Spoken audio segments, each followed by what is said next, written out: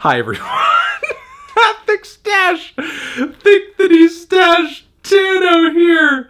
The internet's busiest music nerd, and it's time for a review of this new 1975 album, Being Funny in a Foreign Language. This is the latest full-length LP from UK-based pop rock outfit, the 1975. It is their fifth record together and comes a few years after the very grand and varied Notes on a Conditional Form. The tracks on this LP ran a really impressive array of genres, from the blistering post-hardcore of People to the house-inspired grooves on tracks in this track list that were more electronically driven. You also have the classic new wave aesthetics that would turn up on cuts such as If You're Too Shy, Let Me Know. The record was impressively far-reaching, but also pretty inconsistent, a bit of a mess, but still left me wondering, what is the band going to do next after this? Now, thankfully, Being Funny in a Foreign Language sees the band paring things down to an 11-song track list, 43 minutes long. They seem to have also gained some focus with the help of Mr. Jack Antonoff, aka the boy all the girlies want behind the boards,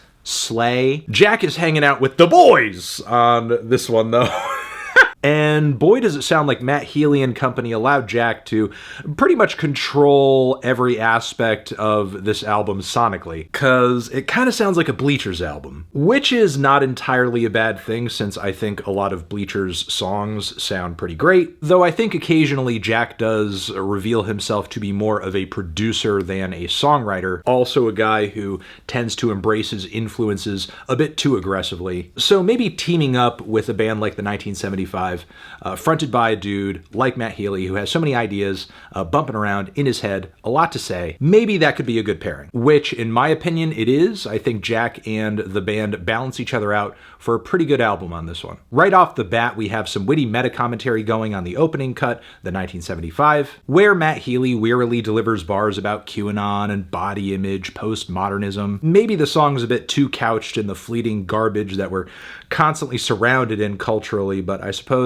those are the times that we are living in. Relentlessly being inundated with useless crap and information we are going to forget every second of the day. On the instrumental side of this track, we have a lot of minimal and very repetitive string and piano phrases, which kind of sounds like the first leg of LCD Soundsystem's All My Friends, which is a great song, great track, not complaining about the similarity. And things get even more New York on the glistening metropolitan pop of Happiness, whose tight grooves and big city sax leads sound like they are straight out of the 80s. The whole vibe is emulated tastefully with a super catchy chorus. The production on the whole is a tad bit washed out and a little too inoffensive. There's not a whole lot of bite to this mix, but there's nothing too questionable going on here outside of the chaotic romance that Matt Healy describes in the lyrics. Stylistically, Looking for Somebody to Love scratches a very similar itch, but goes so much harder on the drums, the synths, the vocal work. I wish Jack's addiction to reverb and delay didn't leave it all sounding so mushy, but it's still a bop nonetheless. Part of the band sees the 1975 almost circling back around to the ethos of the opening track here. We are once again giving Matt Healy a bed of pumping strings over which he can just spill out whatever thoughts are on the top of his head. He rattles on in this track about love, heroin binges, also delivers one of the most unlikely rhymes of 2022. I can tell he's a Lil Wayne fan. Originally, I wasn't crazy about the sudden acoustic breakdowns on this song. They felt like a little disjointed from the whole track, but the changes have grown on me, and I do think it is an eclectic way to change things up. The only moments on this track that come off odd are when Maddie seems so desperate to embrace a left-wing stereotype, I think in an effort to make some conservative jab. It's 2022. Why are we obsessing over soy milk when oat milk is right there?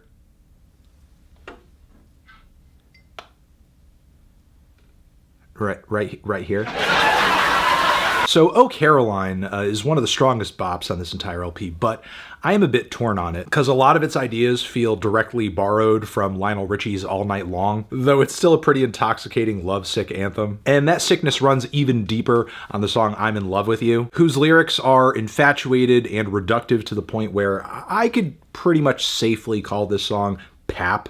Sure, it's very pretty pap. While it's on, it's fine, but it's still pap. All I Need to Hear is one of a few intimate piano ballads on the record, which go over really well and showcase the band in a very raw emotional state. The track is a little bluesy, it's a little Lennon, and if you're not the sentimental type, I can't imagine this song is going to do too much for you, but if you are, it's a neutron bomb. And get ready for the track Human 2 to hit even harder just a song later. Wintering also contributes to a very strong second half on this LP. It's yet another moment on this album where I feel like I have heard this before. Maybe not this specific song, but the formula the band is playing with. We have a very peppy pop rock track on this one with very verbose verses, making funny observations about a quirky cast of characters. Sounds like something I'd hear on the radio as a kid in the 90s. This track I think could also double as the theme song of a sitcom about a bunch of New York yuppies who are very good looking and are involved in a series of hilarious events